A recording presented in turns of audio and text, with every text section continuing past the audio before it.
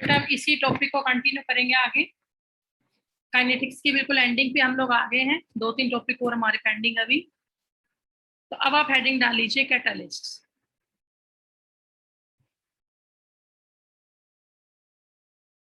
तो पहले कुछ प्रॉपर्टी लिख लेते हैं कैटालिस्ट की। आपको पता ही है what are catalyst. A substance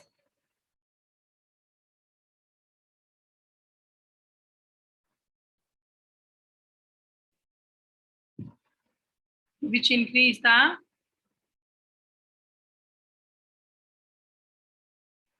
rate of a reaction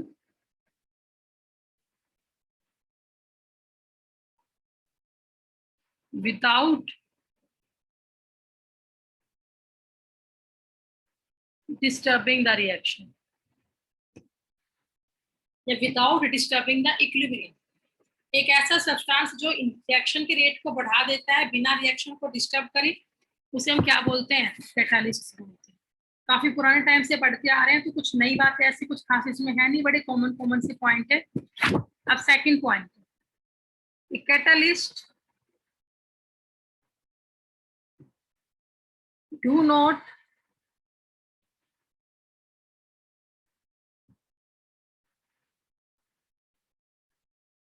disturb the equilibrium. A catalyst do not disturb the equilibrium of reaction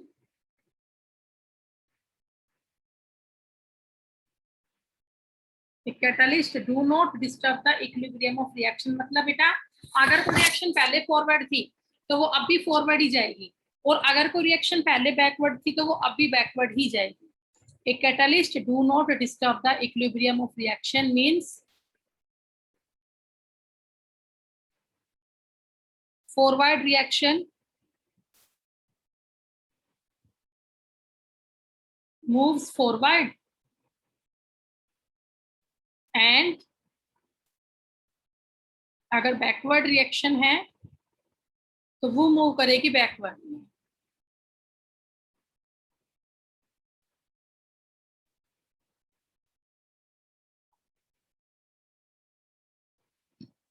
and backward reaction moves backward.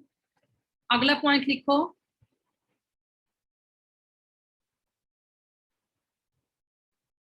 A catalyst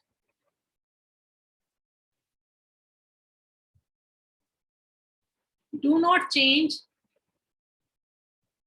delta H, change in enthalpy of reaction। मान लो reaction पहले exothermic थी तो catalyst डालने के बाद भी exothermic ही रहेगी। Reaction पहले एंडोथर्मिक थी तो कैटालिस्ट डालने के बाद भी एंडोथर्मिक ही रहेगी, तो वो डेल्टा H को चेंज नहीं करेगा। फोर्थ पॉइंट, हाँ फोर्थ पॉइंट कुछ नया है, इंपॉर्टेंट पॉइंट है, देखिए।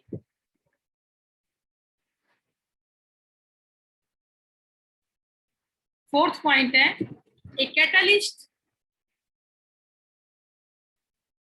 Make a new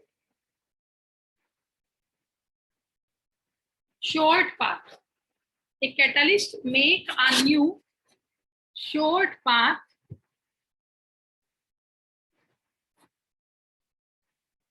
which have no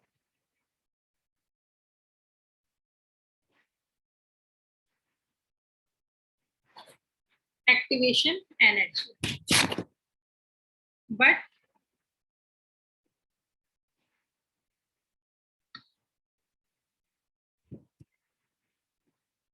HP and HR remains same। जो कैटालिस्ट है वो एक नया रास्ता ही बना देता है और उस नए पाथ की कम होती है एक्टिवेशन एनर्जी, ठीक है, इसीलिए कैटालिस्ट इंक्रीज कर देता है रेट ऑफ रिएक्शन को। Fifth point,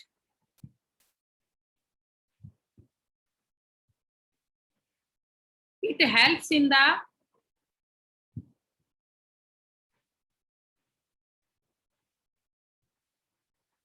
formation of intermediate. ये बेटा इंटरमीडिएट बनाने में भी हेल्प करता है। अगर हमने किसी भी रिएक्शन में कैटालिस्ट डाल दिया तो इंटरमीडिएट और भी फास्ट बनेगा उस रिएक्शन, ठीक है। कर लो ये पॉइंट, फिर हम नेक्स्ट और पॉइंट करेंगे अभी। कैटालिस्ट हेल्प करता है in formation of intermediate.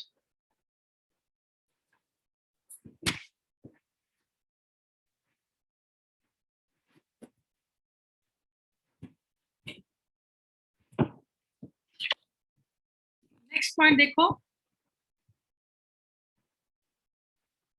catalysts are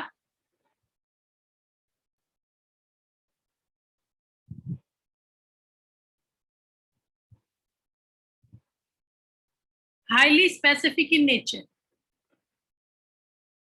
मतलब बेटा हर एक कैटलिस्ट का काम फिक्स होता है, हाइड्रोजनेशन करवाना है तो निकल प्लेटिनम यही तो करेगा। फॉर एग्जाम्पल बेटा मान लो मेरे पास ये रिएक्शन है CH2 डबल बॉन्ड CH2, मैं इसमें H2 ऐड कर रही हूँ और इससे ये बना रही हूँ CH3 सिंगल बॉन्ड CH3, तो इसमें निकल या प्लेटिनम यही तो काम करेंगे और कोई एडिशन नहीं करवा सकता। तो हर एक रिएक्शन के लिए कैटलिस्ट फिक्स होते हैं, स्पेसिफिक होते हैं, मतलब ये लॉक एंड की हाइपोथेसिस को फॉलो करते हैं। आप ये मान लो catalyst are highly specific in nature. और अगला पॉइंट, दे हैव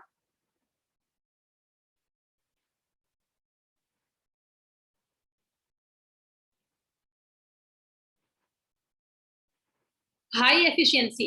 ये बहुत ज्यादा एफिशिएंट, एफिशिएंसी इनकी बहुत ही ज्यादा है। मतलब कि बेटा ऐसा हो भाई कि एवरेज ज्यादा दे फ्यूल कम ले, तो फ्यूल तो कम ले रही है ये, अमाउंट तो इसका कम लग रहा है, बट वर्क डन इसका ज्यादा हो रहा है। तो कैटलिस्ट ऐसे हो जिनकी बहुत ही हाई क्या हो, एफिशिएंसी। तो ये सारी कैरेक्टरिस्टिक्स होती है किसकी, कैटलिस्ट की। ठीक है, ओके। और ये बता ही दिया कि ये इक्विलिब्रियम को डिस्टर्ब नहीं करता, ना एच डेल्टा एच को चेंज करता है। ये सिर्फ क्या डिक्रीज करता है, कैटलिस्ट की एक ही मेन बात है, इट डिक्रीज एक्टिवेशन एनर्जी। ये सिर्फ क्या डिक्रीज करता है, एक्टिवेशन एनर्जी। और आप सबको पता अगर एक्टिवेशन एनर्जी बढ़ेगी तो इटसेल्फ क्या इंक्रीज हो जाएगा, जैसे ही एक्टिवेशन एनर्जी घटेगी तो अपने आप रेट ऑफ रिएक्शन क्या होगा, बढ़ेगा ही बढ़ेगा। हो गया। तो ये सारी आपकी कैरेक्टरिस्टिक्स हुई कैटलिस्ट की। अब इसके ग्राफ देख लेते हैं। पीछे पॉइंट किया था ना एक, कि एक शॉर्टकट पाथ बना देता है और शॉर्टकट पाथ की कम होती है एक्टिवेशन एनर्जी, तो अपने आप रिएक्शन जल्दी पूरी होती है। देखिए बेटा ग्राफ इसका, तो ग्राफ हमारा सेम है। एक मिनट बेटा,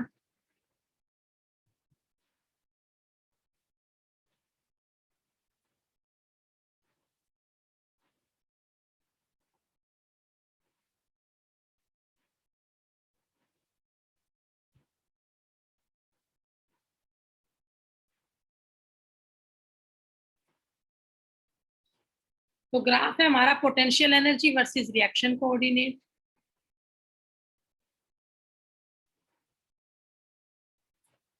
सेम ग्राफ है, वाई एक्सिस पोटेंशियल एनर्जी और एक्स एक्सिस पे क्या है, रिएक्शन कोऑर्डिनेट। अब ग्राफ हम किसी का बना सकते हैं, फॉरवर्ड का, बैकवर्ड का, एक्सोथर्मिक का या एंडोथर्मिक का। ठीक है, तो देखिए बेटा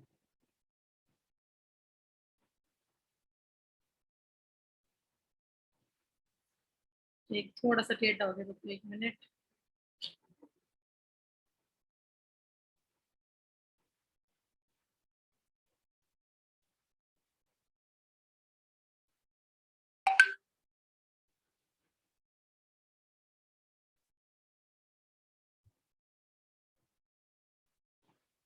मान लो बेटा ऐसा ग्राफ आया, अब देखिए यहाँ पे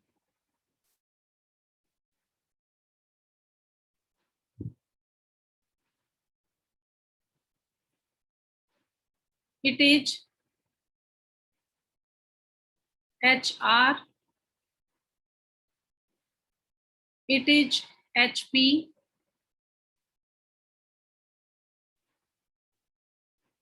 बीच का गैप डेल्टा H, यहाँ इंटरमीडिएट बनेगा, ये हुई थ्रेशोल्ड एनर्जी,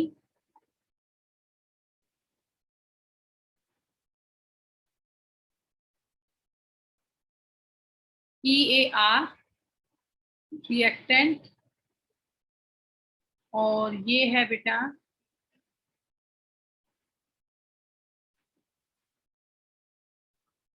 EAP, ठीक है। अब ये ग्राफ है अनकैटलाइज्ड पाथ का। इस ग्राफ में कोई भी कैटलिस्ट नहीं था, इट इज अनकैटलाइज्ड पाथ, ठीक है। चलो अब तुम देखो, अब मैंने इसमें डाल दिया एक कैटलिस्ट। अब कैटलिस्ट क्या करेगा, एक नया पाथ बना लेगा। इनिशियल पॉइंट उसका सेम होगा, फाइनल पॉइंट भी उसका सेम होगा।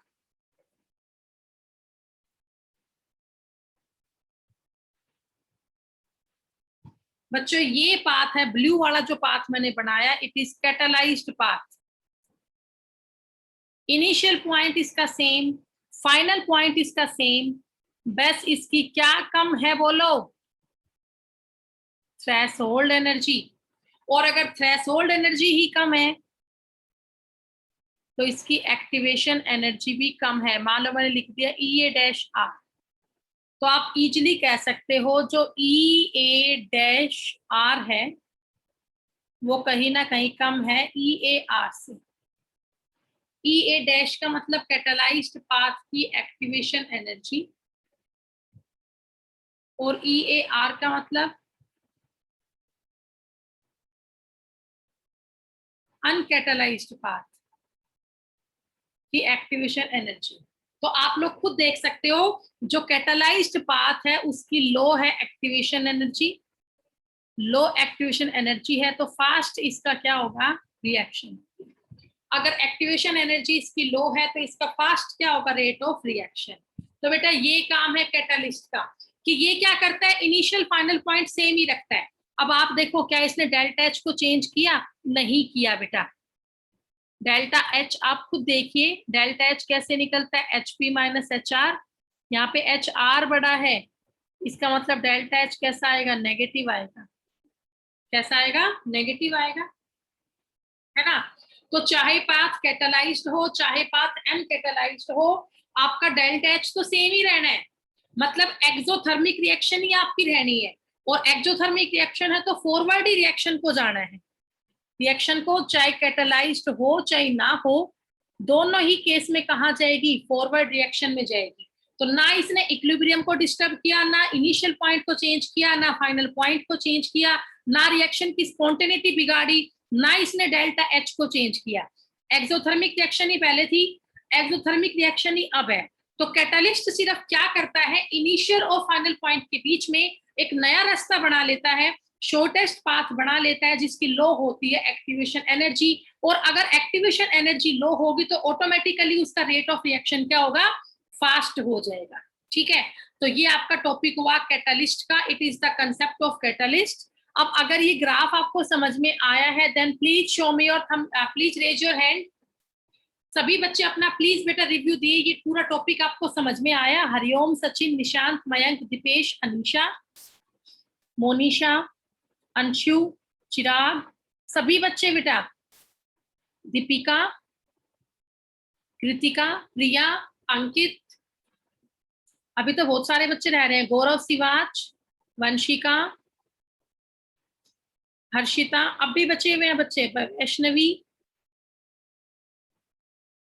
रेस्टोल, निशांत यादव, नीतू यादव।